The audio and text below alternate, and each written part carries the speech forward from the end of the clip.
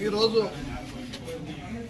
కృష్ణరాజు గారు మరణ వార్త వినపడి ఇటు గ్రామస్తులు కానీ ఇటు నర్సాపురం పార్లమెంటు 7 నియోజకవర్గాల ప్రధానికం కానీ అలాగే కాకినాడ పార్లమెంటు చేసిన కాకినాడ జిల్లా కానీ వెస్ట్ గోదావరి కానీ ప్రతి ఒక్కళ్ళు కూడా ఆయన మరణ వార్త వినపడి చాలా బాధాకరంగా ఉండడం జరిగిందని ఆయన మరణ వార్త సహించలేని పరిస్థితి.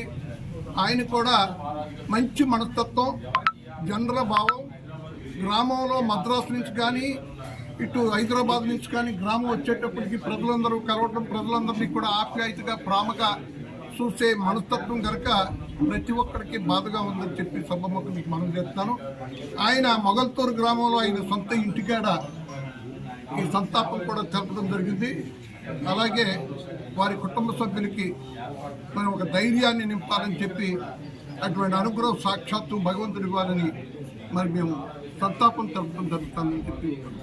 కృష్ణరాజు గారు కాకినాడలో బీజేపీ తరఫున పోటీ చేసినప్పటి నుంచి కూడా ఆయనతో ఉంటున్నాం. అది మొగల్తూరు దాసరి బాబీ నా పేరు.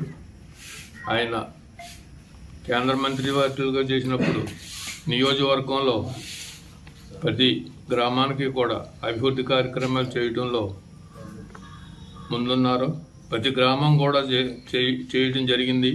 అసలు ఎంపీగా ఉన్నటువంటి వాళ్ళు అటువంటి కార్యక్రమాలు చేయడం అనేది అంతకుముందు మాకు తెలియదు. ఈయన వచ్చిన తర్వాతే అభివృద్ధి కార్యక్రమాలు చేయడం జరిగింది. పార్టీ తరఫున అనేకమైనటువంటి కార్యక్రమాలు ఆయన వ్యక్తిగతంగా కూడా 3 కార్యక్రమాలు మొగల్తూరులో చేయడం జరిగింది. దాంట్లో ఈ విషాదఘటన జరిగినందుకు చాలా గ్రామం తరఫున మా తరఫున విచారం వ్యక్తం చేస్తుంది.